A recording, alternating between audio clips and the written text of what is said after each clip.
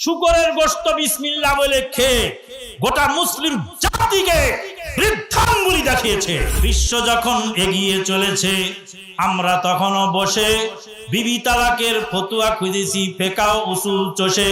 হানাফি শাফেঈ মালিকি হাম্বলি তখনও মেটেনি গোল। এমন সময় মালাকুল মউত হাকিল তল পিতল। বাহিরের দিকে মরিয়াছি যত, ভিতরের দিকে তত, গুনতিতে মোরা বাড়িয়া চলেছি গরু ছাগলের মতো। উস্কানিমূলক আচরণ দিয়ে সিমটি কেটে কেটে দেখে মুসলমান ঘুমাইছে না, জেগে আছে। আত্মাহারিক টিভি, ওহির আলোয় উদ্ভাসিত জীবনের জন্য।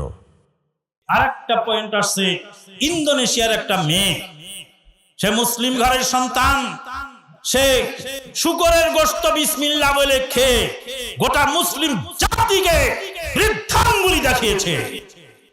মাঝে মাঝে উস্কানিমূলক পোস্ট আছে। একজন খেলোয়াড় কয়েকদিন আগে নিজেকে আহলে হাদিস বলে দাবি করেছেন, বেহায়াপনার বিরুদ্ধে পোস্ট দিয়েছেন, মিলাদের বিরুদ্ধে পোস্ট দিয়েছেন।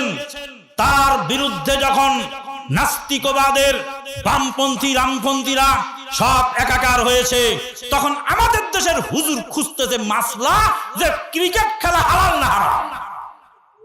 ডক্টর এই জন্য কাবি কাজী নজরুল ইসলাম বলেছেন, বিশ্ব যখন এগিয়ে চলেছে, আমরা তখনও বসে বিবি তালাকের ফতুয়া খুঁজেছি ফেকাও উসুল চষে।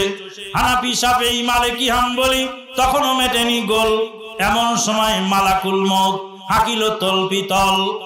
বাহিরের দিকে মরিয়াছি যত, ভিতরের দিকে তত, গুনতিতে মোরা বাড়িয়া চলেছি গরু ছাগলের মতো।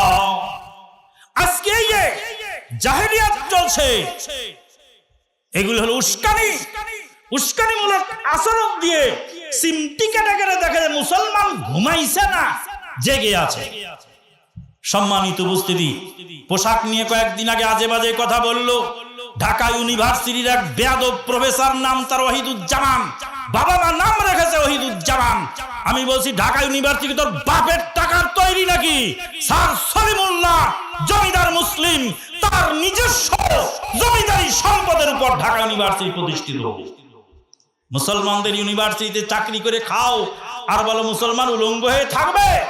মুসলমান মা বোনরা উলঙ্গ হয়ে থাকতে বলো, তোমার কাপড় চোপড় আগে খুলে দিগম্বর হও, তারপরে বলো যে উন্নত মানের লোক হলো যারা পোশাক পরে না। যদি সভ্যতা হয় পোশাক বর্জন করা, তাহলে পৃথিবীর পশু পাখি সবচেয়ে বড় সভ্য।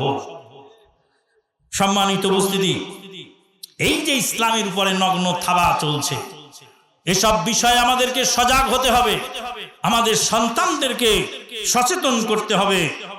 আজকের বক্তব্যের